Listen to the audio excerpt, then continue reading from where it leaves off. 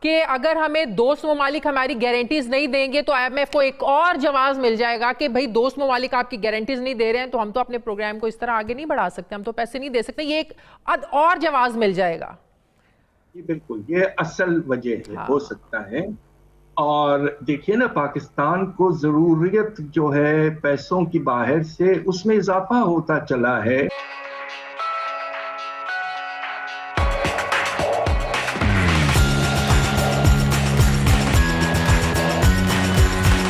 ڈوب رہے ہیں, لیکن یہاں بھی حکومت کے پاس کوئی جواب نہیں ہے کہ ملک میں چلتے کاروبار اور فیکٹریز کیوں بند ہو رہی ہیں, نوجوانوں کو کیوں ملک میں اپنا مستقبل تاریک نظر آ رہا ہے اور ہر کوئی سوچ رہا ہے کہ باہر بیرون ملک جایا جائے, جس کی وجہ سے مسلسل ملک سے برین ڈرین ہو رہا ہے. ملک سے بھاگنے کے چکر میں عوام سمندر میں اپنی جانیں دے رہے ہیں. ایسا تاثر کیوں مل رہا ہے کہ حکومت کا فوکس عوام ہے نہ معیشت, بس اپنا الو سیدھا کرنا ہے. یہاں بھی حکومت کے پاس کوئی جواب نہیں ہے کہ معیشت کو آپ ٹھیک کرنے آئے تھے یا مزید بگاڑنے. کیا یہ ٹرسٹ ڈیفیسٹ کی حکومت کو ذمہ داری لینی چاہیے؟ کیا IMF ملک میں سیاسی چپکلش کو دیکھ کر اپنے فیصلے ترتیب دیتے ہیں؟ کیا IMF کا موجودہ اتحادی حکومت پر اعتبار نہ کرنا, کیا یہ موجودہ جو حکمران بیٹھے ہوئے ہیں ان کی ناکامی تصور کیا جائے؟ میں بات کروں گی, مجھے ماہر معاشیات ڈاکٹر ہیں. السلام علیکم, بہت بہت شکریہ ڈاکٹر صاحب آپ کا. ڈاکٹر صاحب, جو ہم تو امید کر رہے تھے کہ سٹاف لیول جو ایگریمنٹ ہے یہ ہو جائے گا, لیکن جب میں نے آج یہ پڑھا کہ سٹاف لیول ایگریمنٹ 3.25 مہینوں بعد نہیں, اب مزید بھی اپریل تک یہ معاملہ چلا گیا ہے. جو مارچ میں بات چیت ہونی تھی اپریل تک مؤخر کر دی گئی ہے, تو یہ معاملات کیسے چلیں گے؟ دوسرا, میں یہ بھی پڑھ رہی تھی کہ سعودی عرب نے بھی جو یہ ڈیسیژن لیا ہے کہ اب ایزی بیل آؤٹس پر پاکستان کو پیسے نہیں ملیں گے. ایزی منی بھی سعودی عرب بھی اب پاکستان کو دینے کو تیار نہیں ہے. تو کیسے یہ معاشی معاملات ہمارے چلیں گے ڈاکٹر صاحب؟ بسم اللہ الرحمن الرحیم. آپ نے ماشاءاللہ بہت مناسب انٹروڈکشن دیا ہے. اس وقت سوال جو پیدا ہو رہا ہے کہ ہر جسے کہتے ہیں اقدامات لینے کے باوجود IMF کا پروگرام آگے نہیں بڑھ رہا ہے, اور بیچ میں یہ بات ہوئی ہے کہ شاید کچھ اور ایسے شرائط رکھے جا رہے ہیں جن کا اکانومی سے کوئی خاص تعلق نہ ہو. یہ وہی شرائط تو نہیں ہے جس کا میں انٹرو میں ذکر کر رہی تھی ہمارے ایٹمی پروگرام کے حوالے سے؟ بالکل. دیکھیے, بات یہ ہے کہ جب میں حکومت میں تھا کافی عرصہ پہلے, تو 2-3 مرتبہ اور اس کے بعد بھی میں نے IMF کے پروگرامز کو نیگوشیٹ کیا ہے.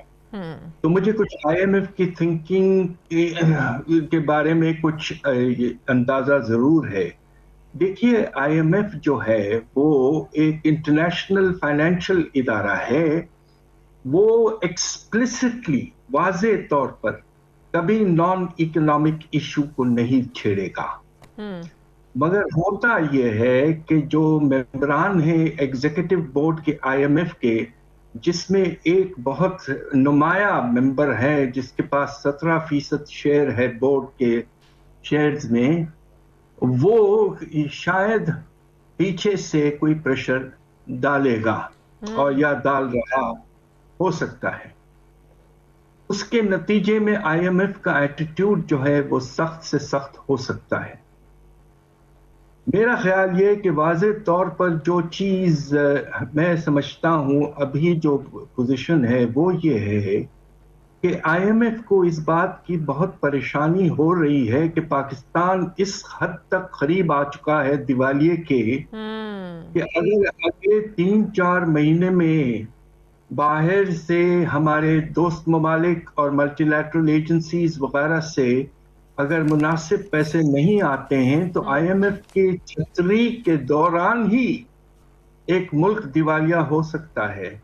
IMF چونکہ lander of the last resort ہے, وہ نہیں چاہتا ہے کہ ایسی سچویشن پیدا ہو, اس لیے وہ کہہ رہے ہیں. دوست ممالک کی میں ابھی اس پر بات کرتے ہیں کہ دوست ممالک کیوں ریلکٹنٹ ہو رہے ہیں گارنٹیاں دینے پر, اور سعودی عرب کیوں کہہ رہا ہے نو مور ایزی منی. ڈار صاحب نے جو سینٹ میں کھڑے ہو کے بات کی ہے, آپ کو اس کا بیک گراؤنڈ یہی لگتا ہے نا کہ خود سے تو نہیں بات کر دی, کہیں نہ کہیں ڈیمانڈ ہوئی ہے جو ڈار صاحب کو کھڑے ہو کر اس کو ایکسپلین کرنے کی ضرورت پڑی ہے کہ ہم لوگ یہ نہیں کر سکتے؟ دیکھیے, بات یہ ہے کہ سینیٹر ربانی صاحب جو بہت سینئر ہمارے سینیٹر ہیں، چیئرمین بھی رہ چکے ہیں سینٹ کے، انہوں نے جو گولڈن جبلی کی تقریر تھی اس میں اس ایشو کو ریز کیا تھا پہلی دفعہ. یقیناً جو جواب دیا گیا ہے ہمارے فائنانس منسٹر صاحب سے اور فائنانس منسٹر صاحب سے بھی، وہ اس لیے ہے کہ ربانی صاحب کا سٹیٹمنٹ آیا ہے. اب میرا اپنا اندازہ یہ ہے کہ کوئی ایکسپلسٹ چیز آئی ایم ایف کی طرف سے اس بارے میں نہیں آئی ہے. اچھا، البتہ دیکھیے ہوتا یہ ہے کہ اگر حکومت مطلب کہ آئی نہیں ہے لیکن ہم ایکسپیکٹ کر رہے تھے اس سے پہلے کہ ہم سے کوئی ڈیمانڈ رکھتے ہم پہلے ان کو جواب دے دیں، یہ اسٹریٹجی ہے. یہ ہو سکتا ہے، اور دوسری طرف یہ بھی ہے کہ ناکامی کی ایکسپلینیشن بھی دی جا سکتی ہے. او مائی گاڈ. تو اس لیے بھی مطلب یہ ہوا کہ اگر ہمیں دوست ممالک ہماری گارنٹیز نہیں دیں گے تو آئی ایم ایف کو ایک اور جواز مل جائے گا کہ بھئی دوست ممالک آپ کی گارنٹیز نہیں دے رہے ہیں تو ہم تو اپنے پروگرام کو اس طرح آگے نہیں بڑھا سکتے، ہم تو پیسے نہیں دے سکتے، یہ ایک اور جواز مل جائے گا. بالکل یہ اصل وجہ ہے، ہو سکتا ہے.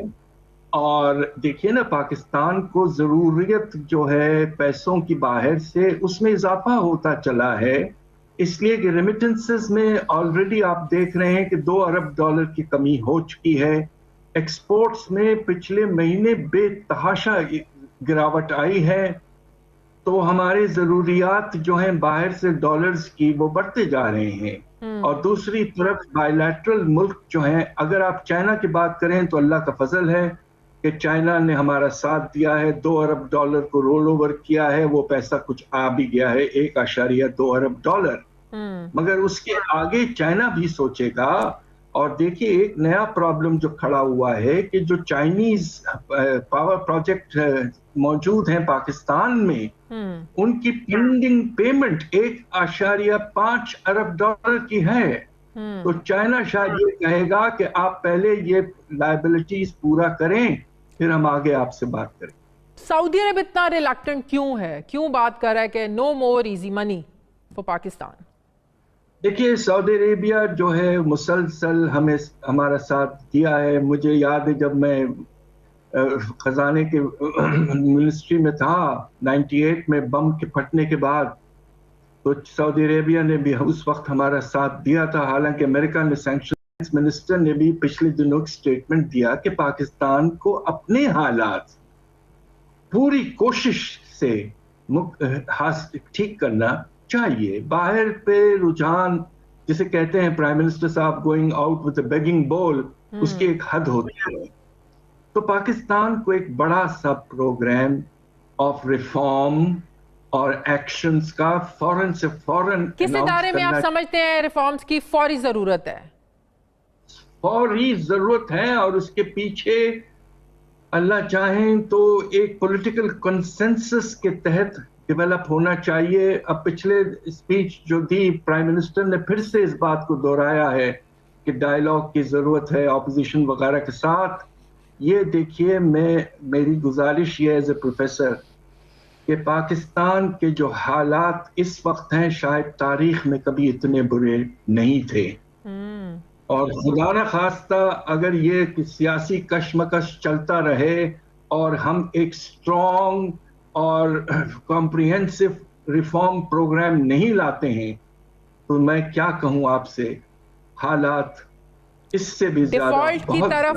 اس کا مطلب ہم بجائے اس کے کہ حالات کچھ سٹیبل کریں، ہم ڈیفالٹ کی طرف آگے بڑھ رہے ہیں.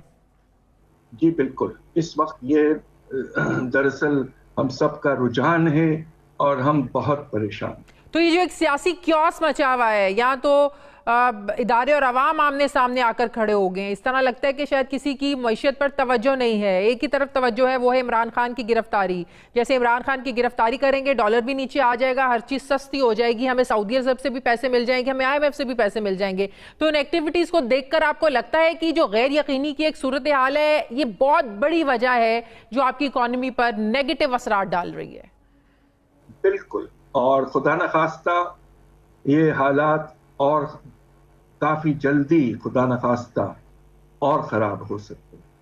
تو ملک میں کن چیزوں کا بحران پیدا ہو سکتا ہے؟ ایلسیز بند ہیں، ہماری امپورٹس بند ہیں، کہا جا رہا ہے کہ بندرگاہوں پر چیزیں پڑی خراب ہو رہی ہیں، تو آپ کو دیکھ رہے ہیں کہ کوئی کھانے پینے کی اشیاء اور اس طرح دالیں ہماری باہر سے آتی ہیں، تو یہ بحران نہ ہوتا نظر آ رہا ہے آپ کو سر؟ بات دراصل یہ ہے کہ پچھلے مہینے پاکستان کے جو درآمدات ہیں وہ پچھلے 8 مہینے کے سب سے نچلے لیول پر آ چکے ہیں، $4 ارب، جبکہ ہمارا ایوریج جو ہے وہ 5-5.5 ارب ڈالر ہوتا ہے۔ تو یعنی کہ ابھی بھی اسٹیٹ بینک جو ہے سخت پالیسی اڈاپٹ کیا ہے ایل سیز وغیرہ کو کنٹرول کرنے کا، حالانکہ وہ کہہ رہے ہیں کہ ہم market based exchange rate policy پہ جا رہے ہیں، مگر ایسا نہیں ہو رہا ہے۔ اور آلریڈی آپ دیکھیے کہ 4-5 چیزوں کی بے تحاشا